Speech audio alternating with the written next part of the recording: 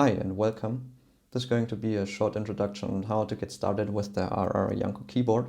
First of all, it's good to get a basic understanding of the Janko key layout to know where each note is. So let's follow the logic that you might already know from the classical piano. So we have the white keys here, C, D, E, F, G, A, B, C, like on the classical piano, the white keys. And the black keys are also the same as on the classical piano, so you have the C sharp, the D sharp, and the F sharp, G sharp, and A sharp. So here you have the two black keys, the three black keys. And to the left of the two black keys is always the C, here, here, here, and so on. And then you have the three black keys, and to the left of that is always the F. Good. Then maybe the most basic step in understanding how to play and understanding music theory is that of intervals. And here we already have the nice advantage of the Janko layout, because the shape of each interval is always the same, independent of the root note. So the smallest interval is a minor second. Okay, it's actually a prime, which is the same note, but you have the minor second, which is just a semitone. So minor second is always from one note to its neighboring note. And like that, you can also break chromatically up. It's always minor seconds, always semitones. So from one note to the neighboring note. And you see it's always the same from here to here, or if you start here to the neighboring note, it's always diagonally down. Or you can also just go from left to right in this space in between here. Good. Major second would be two semitones, so 1, 2. So from here to here to here to here. And you see the rows here of the Janko actually are sequences of whole tones, so of major seconds. So these are always major seconds. Here, the same here in this row. Yeah, you have these 4 rows here. This is for putting your hands ergonomically, but in essence each key is just accessible across its whole length. You see that here. It's always the same key. And then minor thirds. Minor thirds would be one whole tone and one semitone, like that. Also here. Always the same shape. Yeah, this is very nice. On the classical piano you would have for minor third or any other interval. It always depends on where you started. But here on the Janko, minor third, it's always the same shape. So you can really keep your fingers like that. Just move it somewhere else, and wherever you place it, this will be a minor third. And the same for all other intervals.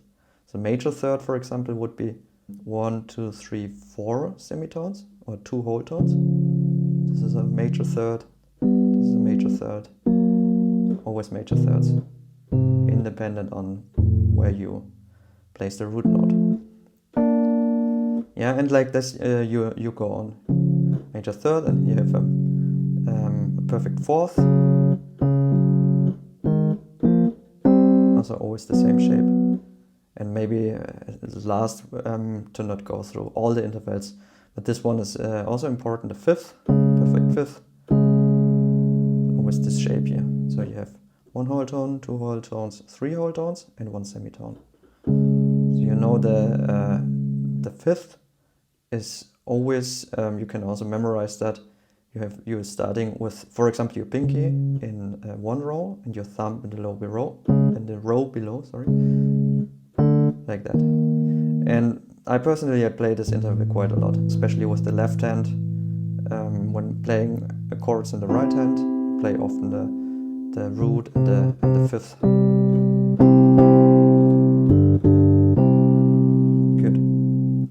So these are the intervals, and these are the building blocks to then continue with chords. Basic chords consisting of 3 notes would be triads, and the most basic ones would be major and minor triads. And these are the most common chords that you hear in all like common pop songs and so on. You mostly have minor and major chords, and with that you can already play maybe, I don't know, 90% of all the songs. And a major chord consists of a major third first. So for example, C, a major third would be 2 whole tones. So here and here. And then a minor third. So this is one whole tone, semitone, this is a minor third. This is a major chord. But now you already see, okay, how do I play it? And this is of course something you have to get used to, but you will learn it quite quickly. So how to place your fingers, for example, for this major chord here. And there you have to be careful that you don't rotate your wrist too much and get into an uncomfortable position. You always have to check, maybe I can play the note instead of down here, up here. And the rule of thumb would be that you mostly play your longer fingers on the upper two rows and your thumb on the lower two rows. And then you can play this major chord here, for example, with your thumb here, your middle finger up here. This is the major third. And then from here to here, minor third. And then you have a comfortable hand positioning to play a major chord. And here again the same. You don't have to restrict yourself to C major. You can just take this shape, and this is the shape of a major chord. Also down here, would always be this shape here. Major chord, major third, and minor third. Together it's a major chord. Use it anywhere. And that's nice because your hand already knows then, okay, this is how a major chord feels like. Doesn't matter in which key you're playing in, not like on the classical piano where you have all kinds of different shapes depending on in which key you're playing in. Here you always have the same shape. You can move it anywhere. Your hand already knows, okay, this is a major chord. And now let's go to the minor chord. This would be first minor third and then a major third. For example here, starting with C, first a minor third. So one whole tone, one semitone, minor third, and then the major third. So from here, this is a major third. So this would be a minor chord. And the same, you can just move it anywhere. It's always the same shape.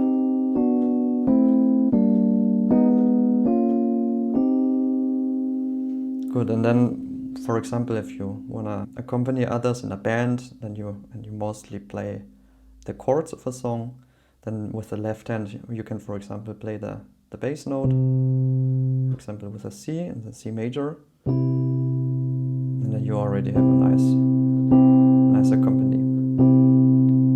Or you go, for example, then here to the G, play a G major, back to the C major,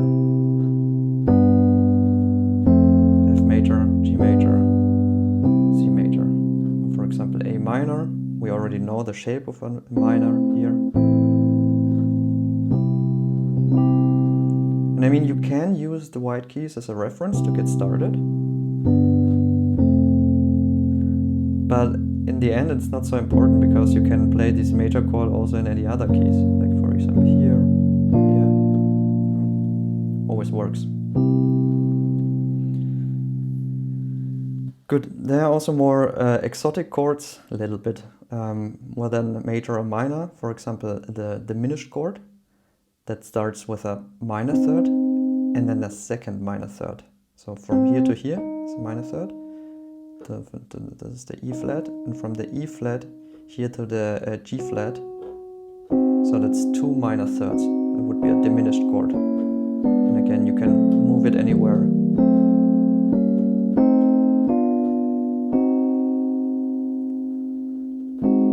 For example, you have the diminished chord here when you play in the bass note. Here, for example, the A flat, you would have a dominant seventh chord. But I don't go into details. Maybe you know it already from music theory. But this chord exists and it's played, and especially in seventh chord, it's quite common to have it there. Good. And then also, for example, the augmented triad. This is two major thirds. So from here, major third, and another major third. It's an interesting chord, grounded it, so then classical music, jazz, and so on. Also this shape, you can just move it left or right. So, but mostly major and minor, that's easy.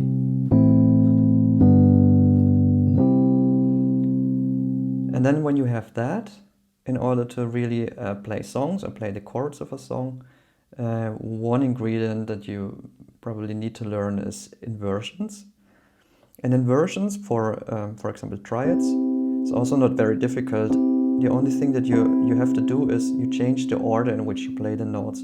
So instead of starting with the root note, then playing the third and then the fifth, you can also, and sometimes it's actually very convenient to do that, to move the fifth from up here one octave lower down here. So then you play this. So instead of here, you move this, the G, move it one octave lower here. So you play this. Or you can also play it here. Same chord, but it's the first inversion because you put the fifth one octave down. And now if you do that again, but with the third, and also move the third down one octave, so put it here, or up here, it's a second inversion. Still C major, but a second inversion.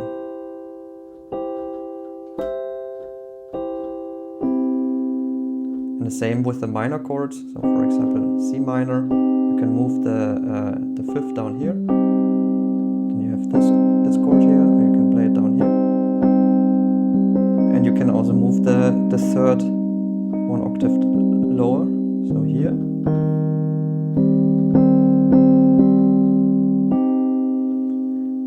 So this would be the two inversions of a minor chord. And with this you can already do quite a lot. And the inversions are convenient because they allow you to minimize the movement of your hands. Instead of jumping around always the root note with your thumb, you can also sometimes play an inversion and you don't have to move so much. And it also sounds better because you're not jumping around too much. So for example, going from C major to F major, instead of jumping all the way down here, it's quite a jump. Also doesn't sound so nice, and your hand has to move quite a lot. Instead, you can play the inversion, the first one, where you play the F here, the third here, but then the fifth, instead of playing it up here, you can play one octave lower here. So between C major and F major, you see you almost don't have to move your hand. And if you play with these fingers here, you don't actually have to move your hand at all. You can just use the other fingers and just quickly switch between C major and then the first inversion of F major. Alright, and then when you play a song, just look at the chords, whatever chord it may be. Like for example, it might be a B flat major, so you always think, okay, B flat major, you start with the B flat, this is here. It's a major chord, so you know the shape of a major. Major chord is always like that, we learned that already. And then whatever you go to G minor, so from B flat major. Next chord would, for example, be a G minor. So G would be the root note, and then it's a minor chord, we know the shape. And again, if we don't want to jump so far, we can also check, can we play it differently? So instead of going from here, from the B flat major to the G minor, let's see if we can play it differently. So we see the notes in G minor. So this is again this note and this one that we already had in the B flat major. So let's just keep these two notes here. And then we have the G. And this we can play one octave higher. So here, or up here. And you see, you almost don't have to move your hands, just from here to here.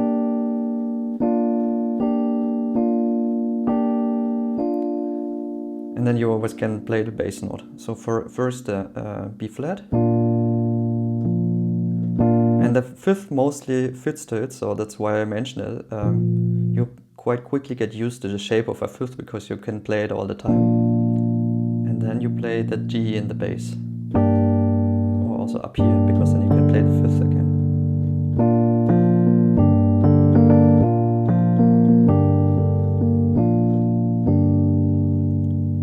Yeah, and like that you can progress and always check the chords of the song. First maybe play the normal way, so without inversion. So as we had it here, the B flat, then go to the G minor, and then you see, okay, I'm jumping quite a lot here, maybe play an inversion instead. And then you go to the next chord and always see, you try out which of the 3 inversions, or the normal one and the 2 inversions, lead to a minimum movement of your hand, or maybe also which sounds best, which combination. And like that you can go through the song, and quite quickly you can play the most important songs just with these 2 chord shapes, major and minor, and their inversions. And then once you know it in one key, you know this, for example, this sequence here, you can also play it in any other key.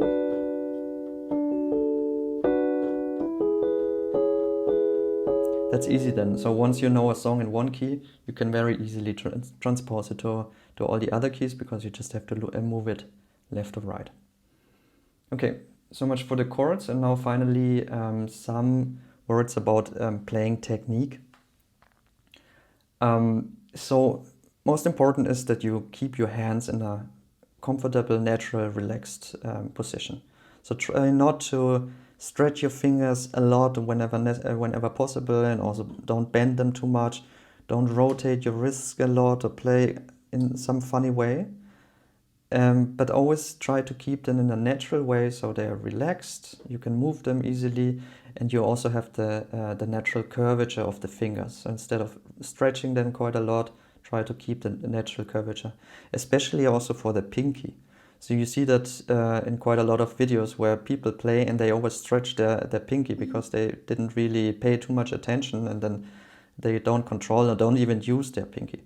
So always when you play, also pay attention to your pinky, so that also the pinky is rounded, it's in a natural way, and it's connected to the rest of the hand instead of kind of like stretching it out like that or something like that.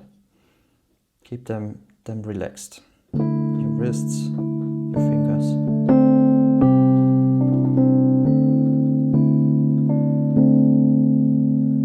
Good. And then also with the for the rotation, try to not put, for example, your thumb up here and the pinky down here and rotate your wrists by so much. It's also uncomfortable. You can always, that's a nice thing about the Janko, you don't have to get into these uncomfortable positions. Sometimes you actually have on the classical piano, you have to.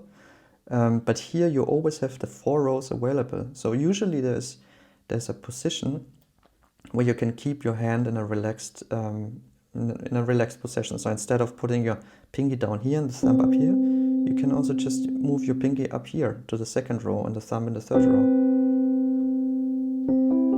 This is, for example, a 7th chord, a major 7th chord. And there are all kinds of ways to play it in an uncomfortable position, but this slim key Janko layout always allows you to put them in a comfortable position. Like for example here. My wrist is not rotated in any special way. The fingers can keep the rotation. They can stay in the relaxed, natural position. And the nice thing here, and you see this also, this is the advantage of the slim key layout. Here, for example, my middle finger doesn't have to go to this row here where it would bend quite a lot. Instead, it can keep its natural curvature by just moving it in the gap here between the 2 neighboring notes, like that. And then they can keep their natural position. Good. And now just one final thing, it's about the thumb. You will notice when you play the slim Janko layout that each key has the width of regular black keys. So in the beginning sometimes it might be a little bit hard to hit the keys reliably, especially with your thumb. But there's a trick for that. Instead of trying to play it straight, then you basically only have this 1 centimeter where you can hit it. When you instead just stretch it a little bit, so you have an arc like that, and you put your thumb in a more of a diagonal way instead of putting it straight. Like I said, here you only have 1 centimeter, but if you stretch it and you have an arc and you put it diagonally, basically you have quite a lot of space that your thumb occupies, and then you can quite reliably hit the keys. So like that, basically it's almost impossible to miss the key. So up here, down here, it's quite easy to hit the keys. So when you play like this, just put your thumb in its diagonal position. Just build up this curvature, stretch it a little bit. And then you quite easily hit all the keys. No problem. And like that you can get used to the slim keys quite quickly. The other fingers anyway, it's quite easy to hit them, and only with the thumb you have to pay attention. But with this technique, it's actually not so difficult to hit the keys reliably.